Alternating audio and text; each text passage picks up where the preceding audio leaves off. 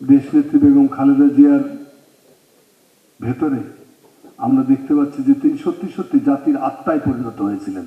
আবুল মনসুর আহমদ শেরে বাংলা আবুল কাশেম ফজলুল হক সম্পর্কে বলতে গিয়ে একবার বলেছিলেন যে মানুষের যেমন, এটা অবিভক্ত বাংলার কথা, যে মানুষের যেমন একটা আত্মা থাকে, একটা জাতিরও সেরকম একটা আত্মা থাকে, স্পিরিচুয়াল একটা অস্তিত্ব থাকে। কৃতজ্ঞতা জানাই এত শিল্পী, এত অভিনেতা, এত গুণীজনের এখানে সমাবেশ ঘটানোর জন্য। মঞ্চে উপবিষ্ট আমাদের সকলের শ্রদ্ধেয় আমাদের প্রিয় নেত্রী বেগম সেলিমা রহমান এবং মঞ্চের বিভিন্ন পর্যায়ের গুরুত্বপূর্ণ ব্যক্তিবর্গ এবং মঞ্চের সামনে যারা আছেন আমার ভাই এবং বোনেরা, আসসালামু আলাইকুম। একটা কথা আছে রবীন্দ্রনাথের, যে এনেছিলে সাথে করে মৃত্যুহীন প্রাণ, মরণে তাহাই তুমি করে গেছো দান। দেশনেত্রী বেগম খালেদা জিয়া যে অমর প্রাণটা নিয়ে আসছিলেন সেটাই জাতির জন্য উৎসর্গ করে গেছেন।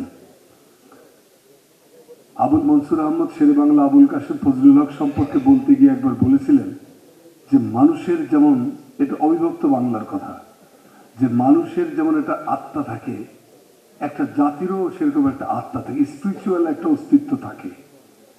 এবং বলছেন যে বাংলার, সে অবিভক্ত বাংলার স্পিরিচুয়াল অস্তিত্বটা ব্যক্তির মধ্যে ভর করেছে, সেই ব্যক্তির নাম হলো আবুল কাশেম শেরে বাংলা আবুল কাশেম ফজলুল হক। এটা সেই 1940 সালের কথা। তা আজকে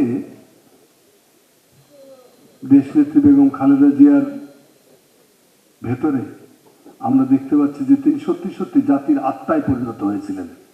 একটা জাতি তার মধ্যে পেয়েছে আশা, তার মধ্যে পেয়েছে বিশ্বাস, তার মধ্যে পেয়েছে আশ্রয়, আস্থা, বিশ্বাস, আশ্রয়ের প্রতীক হয়ে উঠেছিলেন বেগম খালেদা জিয়া। এবং এইটা কেউ তাকে গিফট করেনি। শেক্সপিয়ারের কথা আছে যে বরত্ব কখনো কখনো কারো উপরে আরোপিত হয়, বরত্ব নিয়েই কেউ কেউ জন্মগ্রহণ করে আর কেউ এটা অর্জন করে। দেশনেত্রী বেগম খালেদা জিয়া বরত্ব অর্জন করেছিলেন তার কঠিন সংগ্রামের ভেতর দিয়ে। জীবনের সেই প্রথম দিন থেকে শুরু করে যেদিন তিনি রাজনীতিতে পা রাখলেন, সেদিন থেকে পরবর্তী 25 সাল পর্যন্ত যে 44 বছরের বাংলাদেশ, দেখেন এই 44 বছরের বাংলাদেশ সবসময় আবর্তিত হয়েছে বাংলাদেশের আত্মা বেগম খালেদা জিয়াকে কেন্দ্র করে। এবং তার সাথে জনপ্রিয়তা নিয়ে এই সময়ে পৃথিবীতে আর কেউ আসেনি। অসীম জনপ্রিয়তা, এটা কি কেউ তাকে দান করেছিল? না তো। 71 সালে মুক্তিযুদ্ধে যেরকম ভাবে তিনি ধৈর্য এবং শক্তির পরিচয় দিয়েছিলেন, ফ্যাসিবাদ বিরোধী সংগ্রামে এবং স্বৈরাচার বিরোধী সংগ্রামে, তিনি যখন দায়িত্ব নিলেন বিএনপির, সেই সময় থেকে শুরু করে তিনি জন্মেই দেখি ক্ষুব্ধ স্বদেশ ভূমি।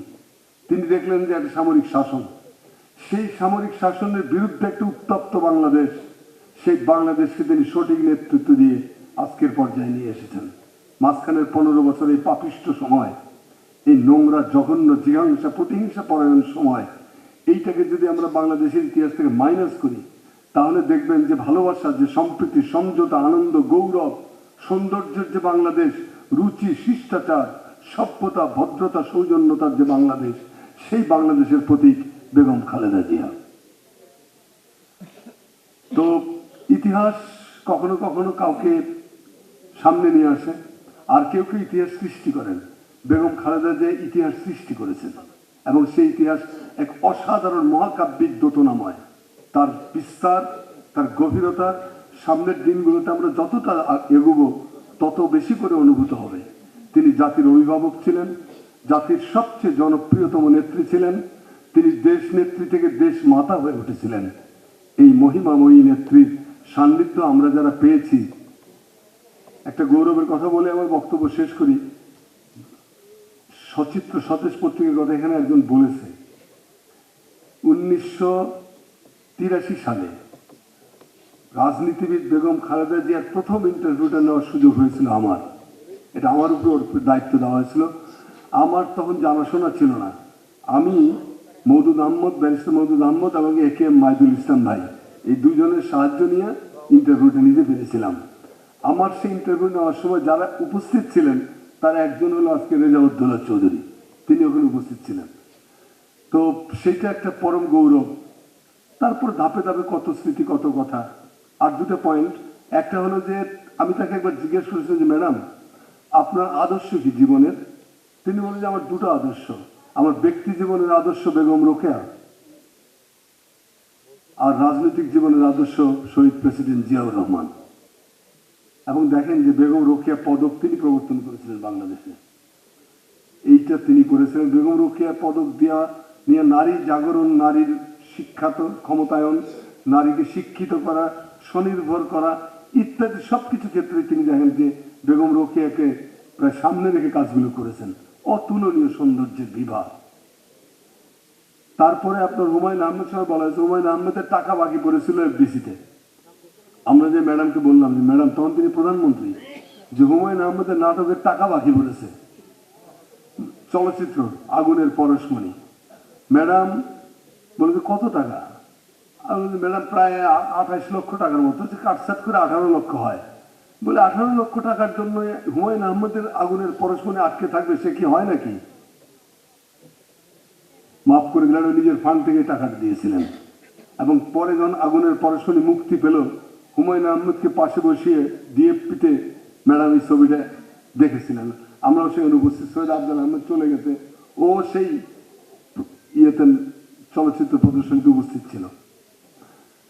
এরকম অনেক কথা আছে তাকে নিয়ে, অনেক কথা বলা যায়। আল মাহমুদ তাকে নিয়ে বলেছেন যে তোমার মুখের দিকে চেয়ে আছে বাংলার ভোরের আকাশ, এদেশের গুলমলতা ছুতে চায় পল্লবিত আঁচল তোমার, যেন এক প্রতিশ্রুতি হেঁটে যায় আমাদের কণ্টকিত কালের ভিতর। যেন মাটি লাঞ্ছিতের আহ্বানে, যেন মাটি জন্ম দিল শস্যগন্ধি মাটির কন্যাকে। বাংলাদেশের বেগম খালেদা জিয়া ছিলেন পরস্পরের পরিপূরক। বাংলাদেশ মানে বেগম খালেদা জিয়া, বেগম খালেদা জিয়া মানে বাংলাদেশ। ওসমান হাদির একটা ডায়লগ খুব দুর্দান্ত লেগেছে আমার। ও বলেছে যে বেগম খালেদা জিয়া যখন হাসে তখন আমরা বুঝতে পারি যে বাংলাদেশ ভালো আছে। বেগম খালেদা জিয়া যখন কাঁদে, তার চোখে যখন অস্ত্র দেখি, তখন মনে হয় যে বাংলাদেশ বড় কষ্টে আছে। ঠিক তাই আমি মনে করি বেগম খালেদা জিয়া এবং বাংলাদেশ একাকার হয়ে গেছিলেন, দুজন দুজনের পরিপূরক, একটার থেকে আরেকটাকে বিচ্ছিন্ন করা যায় না। সেই মহান নেত্রীর অভাবে প্রস্থানে আমরা দরিদ্র হয়েছি। আমরা যদি তার শিক্ষা, তার দর্শন, তার আদর্শকে অবলম্বন করতে পারি, তাহলে হয়তো সামনের যে টালমাটাল জীবন আমরা দেখতে পাচ্ছি সেগুলোকে অতিক্রম করতে পারবো এবং বাংলাদেশের সত্যিকারের সুখী সমৃদ্ধ একটি উপকূলে পৌঁছাতে পারবো।